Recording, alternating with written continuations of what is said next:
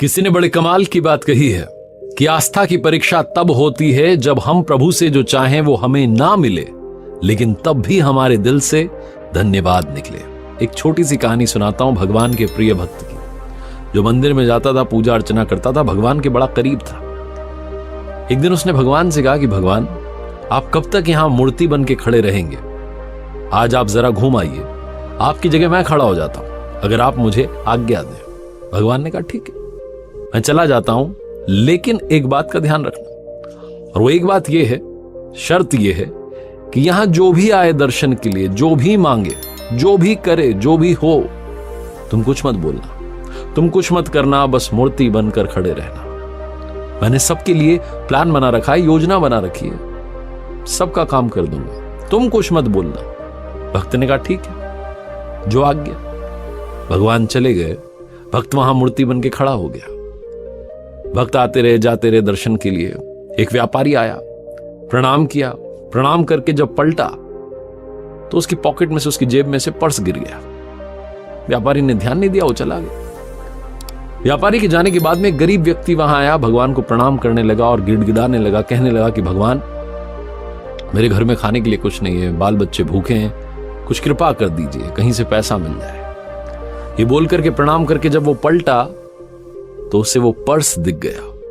उसने पर्स उठा लिया, भगवान को फिर से प्रणाम किया, दंडवत प्रणाम किया, कहने लगा आपकी तो कृपा है, आपका चमत्कार है, और खुश होकर के वहां से चला गया। ये सब वो भक्त देख रहा था जो मूर्ति बन के खड़ा था और सोच रहा था ये क्या हो गया, चोरी करके ले गया। उस गरीब व्यक्ति के चले जाने के बाद में वहां पर एक नाविक आया, नाव चलाने वाला, आकर के प्रार्थना करने लगा, प्रणाम करने लगा और कहने लगा कि भगवान, मैं 15 दिन के लिए समुद्री यात्रा पर जा रहा हूं, आप देख लेना मेरी यात्रा सही से हो जाए, मुझे संभाल लेना, घर वालों को संभाल लेना, सब कुछ आपके हवाले, मेरी यात्रा सफल बनाना भगवान। ये बोलकर के उसने प्रणाम किया, और जब वो पलटा तो पीछे पुलिस खड़ी हुई थी।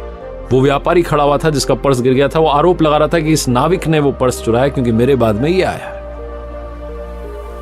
पुलिस वाले उस नाविक को पकड़ करके ले जाने लगे। वो नाविक बोल रहा था कि अरे मैंने कोई पर्स नहीं देखा, ही नहीं मैंने तो कोई पर्स, लेकिन पुलिस वाले सुन नहीं रहे थे क्योंकि व्यापारी का आरोप था। तो उस नाविक को ले जाने लगे, तभी वो भक्त जो मूर्ति बन के खड़ा था वो कहने लगा कि अरे इसने नहीं चुराया है, इससे पहले गरीब आदमी आया था वो चुरा के ले गया, उसके घर जाओ, मिल जाएगा अभी। पुलिस वाले पहुंच गए उस गरीब आदमी के घर, उसके घर से पर्स मिल गया, उसको पकड़ के ले गए, जेल में बंद कर दिया। नाविक जो था वहां से चला गया। शाम में भगवान आए तो उस भक्त ने उनको सारी बात बताई कि भगवान आज ये सब हुआ। भगवान ने कहा मैंने तुम्हें क्या शर्त बताई थी? मैंने तुम्हें कहा था कि तुम यहां खड़े रहना, कुछ मत करना, बस खड़े रहना। मैंने सबके लिए योजना बना के रखी है, तुमने सारा काम बिगाड़ दिया। उस व्यापारी की जेब से पर्स गिर गया था, उसमें इतने पैसे नहीं थे कि उसका नुकसान हो जाता, वो बहुत बड़ा व्यापारी है, लेकिन वो पर्स जिस गरीब इंसान को मिला था उसके परिवार का खर्चा चल जाता, उन्हें भोजन मिल जाता। वो लेके चला गया था पर्स। उसके बाद जो नाविक आया था, वो नाविक जिस 15 दिन की यात्रा पर जाने की बात कर रहा था, वहां भयंकर तूफान आने वाला था, उसकी जान जानी पक्की थी, उसकी पत्नी विधवा हो जाती। इसीलिए मैंने योजना बनाई थी, तुमने सारा काम बिगाड़ दिया, तुमने उस गरीब आदमी को जेल में डलवा दिया, उस नाविक को यात्रा पर भेज दिया, अब उसकी जान चली जाएगी, उसकी पत्नी विधवा हो जाएगी।